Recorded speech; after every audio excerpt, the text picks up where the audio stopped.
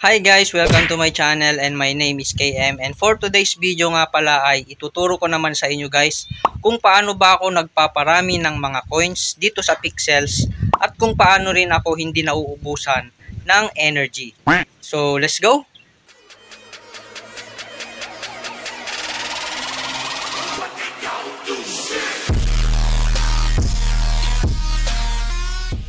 Alright guys, so nakalagin na nga ako dito sa ating Pixels and collect muna natin to kasi wala na tayong coins. Yan, so meron tayong 50,000. Alright, so ang unang gagawin natin dito guys ay as a beginner pupunta muna tayo dun sa softwood. So punta tayo sa softwood guys. Okay, so andito na nga tayo sa softwood guys and mag-a-axe na tayo dito.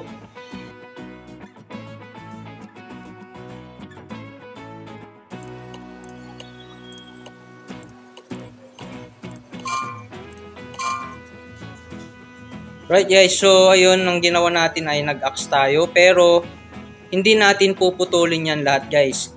So kailangan maiiwan tayo dito guys kasi tutubo ulit ito after 5 hours. So after 5 hours, pwede ulit tayong mag-collect ng 40 na softwood. So magkano nga ba ang softwood ngayon?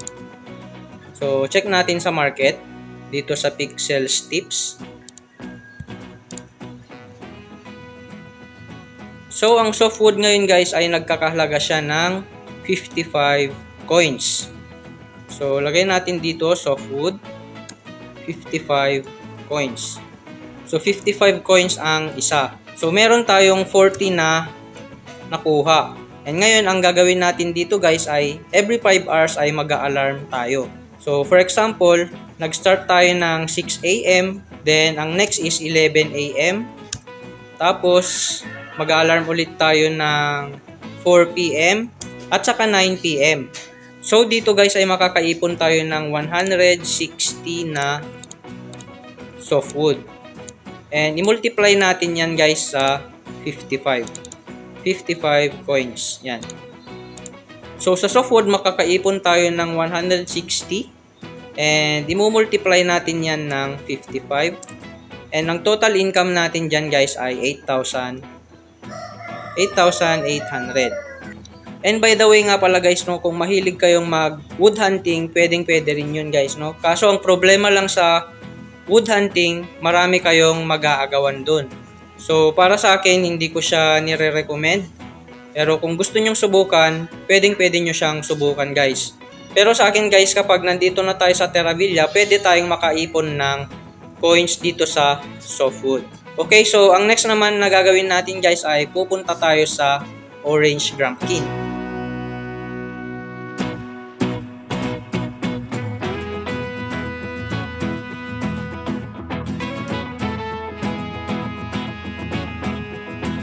Okay guys, so andito na tayo sa orange grumpkin and magko-collect lang tayo dito ng orange grump seeds. Yan, so nakakollect tayo dito guys ng 24 na orange grumpkin. And dito nga sa orange grumpkin guys ay pwede tayong makakollect dito ng 20 to 30 plus na grumpkin seeds daily. So dito naman pwede natin siyang itanim dito sa carnival. At kapag naitanim naman natin to, is konti lang yung makukonsume natin na energy. And syempre guys, kikita tayo dito kasi mas maliit lang yung makukonsume natin na energy at mas malaki yung coins na magigain natin kapag binenta natin siya sa marketplace. So magkano nga ba yung orange grumpkin ngayon? So tignan natin guys. So ngayon ang orange grumpkin ay nagkakahalaga siya ng 150 coins. So kung i-compute natin yan, so for example, nakaka-20 tayo sa isang araw. 20 times, sabihin natin 150. So, pwede tayong kumita dyan ng 3,000 na coins daily, guys. So, sa orange grumpkin, pwede tayong kumita ng 3,000 coins. Yan, dito naman sa softwood, pwede naman tayong kumita dyan ng 8,800 na coins. So ngayon guys, ang ituturo ko naman na susunod ay kung paano ako nakakaipon ngayon ng coins. So meron pa tayong other way para makapag-ipon tayo ng coins. At ito nga guys ay yung pag-harvest natin ng mga eggs. So sa akin kasi guys no, naglagay tayo ng 114 na chicken sa bawat farmland. And siya nga pala guys, kapag nag-harvest tayo ng egg, ang makukonsume nating energy ay 3 energy. So, yan yung nakukonsume natin. So, kung meron tayong 57 na farmland na nilagyan ng chicken, 3 times 57. So, yan yung makukonsume natin na energy. So, lagay natin dito guys, 57 na farmland na merong chicken. So, ang makukonsume natin dyan is 171 energy. Ngayon, dahil magta-travel tayo sa bawat farmland, ay mababawasan din tayo ng 0.5 energy sa bawat travel natin guys. So, lagay din natin yan. Then, 0.5 times 57 natin. 0.5 times 57 is 28.5 energy. Yan guys. So, kapag kinumpute natin yan guys, 28.5 plus 171 is equal to 199.5 energy guys. So, almost 200 energy na siya guys. And ngayon, dahil meron naman tayong sauna, yung unang ikot natin is libre na yung energy natin dyan guys. Kasi 240 yung makukuha natin sa sauna and 199 lang yung magagastos natin na energy. So, mangungulekta lang muna tayo ng mga eggs guys para makita natin kung magkano yung pwede nating ma-profit. So, punta lang muna ako sa Terravilla.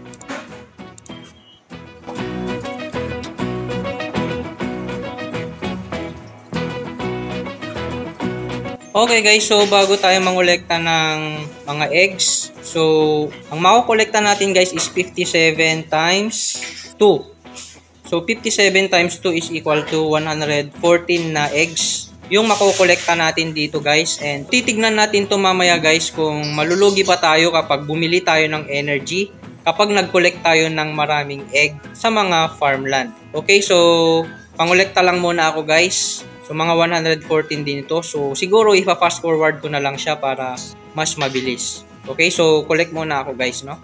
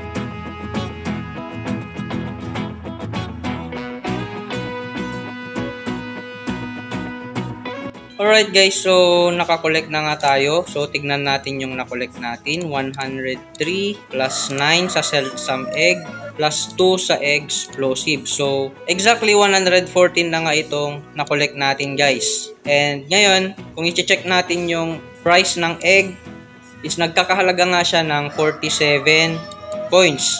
Pero hindi dyan matatapos yung pagpa-farm natin guys, no? Kasi i-maximize natin yung egg. So gagawin natin siyang plain omelette. Yan. So ang plain omelette kasi guys is nagkakahalaga siya ng 110. So kung 47 kasi yung egg natin kanina, 47 times 2. So 94 lang yun guys. Kaya ang gagawin natin sa mga egg natin ay i-cook natin siya guys. Gagawin natin siyang plain omelette. So, kailangan kasi natin gawin yan guys, no, para ma-maximize yung earnings natin dito sa coins.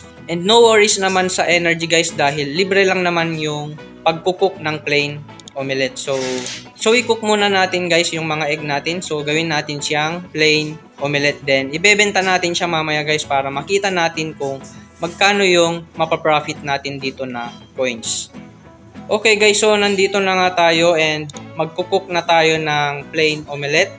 So I think ikakat ko na lang siguro yung video to para hindi tayo matagalan guys, no? Magkukuk na lang ako ng omelette then kakat ko na lang yung video. A few moments later. Okay guys, so natapos na nga natin itong plain omelette. Naka 51 na tayo dito and meron din tayong dalawang explosive at saka sum egg. At meron ding egg guys kasi kulang ng isa, no?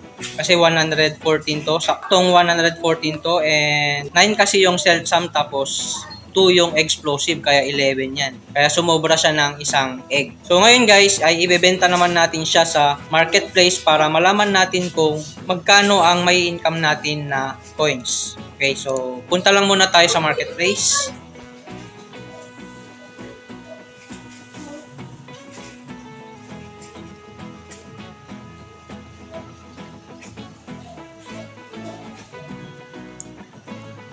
Yan, so check muna natin kung magkano yung plain omelette ngayon guys. Check natin.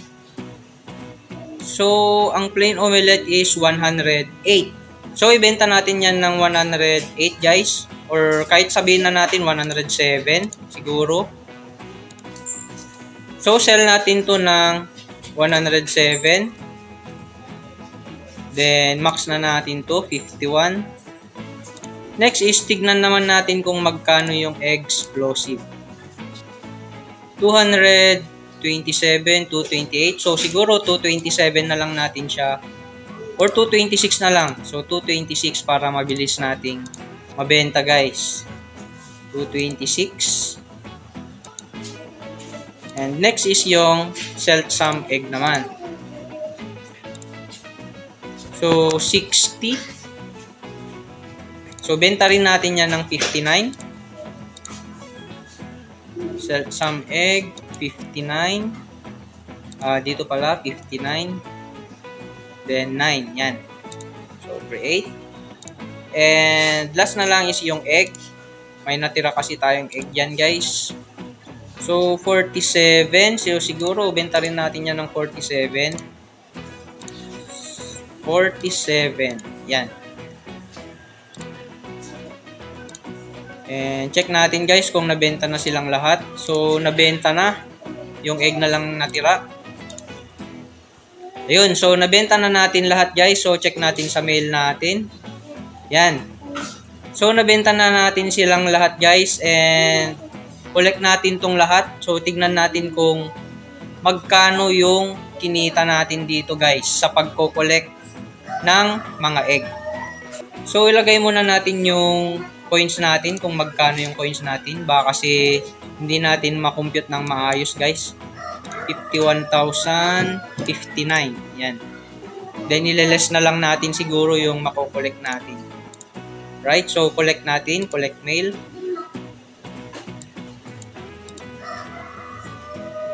So collect lang natin lahat.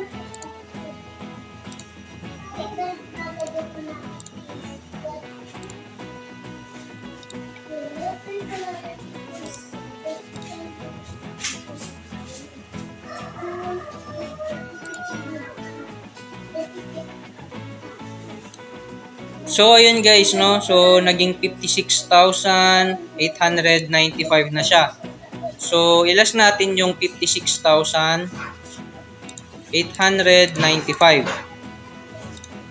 And, ayun na nga guys, no? Kumita tayo dito ng 5,836. So, sa 57 na farmland, is pwede tayong kumita ng 5,836. So, kasama na dyan yung tax guys. Ang nagastos nating energy dito is 199 kanina na energy guys.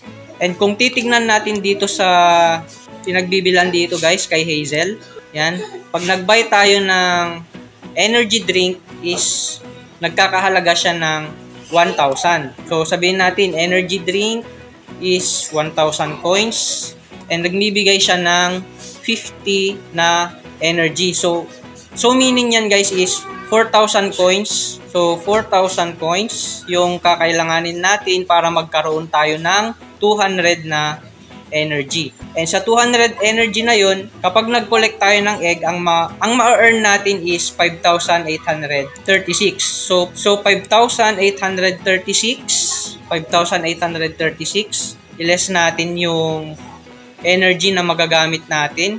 So, 4,000 coins. Yan. So, yan guys, no, yung income natin sa pagko-collect ng egg. And sa income natin yan, pwede natin ulit ibili pa yan ng another energy para mas dumami pa yung energy natin, or pwede natin ipunin yung mga coins para ibili natin sa marketplace. So, nasa inyo na yan guys kung ano yung strategy na gagawin ninyo. And sana ay nakatulong na naman guys yung video to para makapag-earn kayo ng coins at para hindi kayo mabitin sa mga energy at parang naka-unli energy na tayo dito guys, basta gawin nyo lang yung ginagawa nating strategy. So hanggang dito na lang muna tayo guys. Thank you for watching and please like and subscribe to my channel at lagi nyong tandaan, to God be the glory.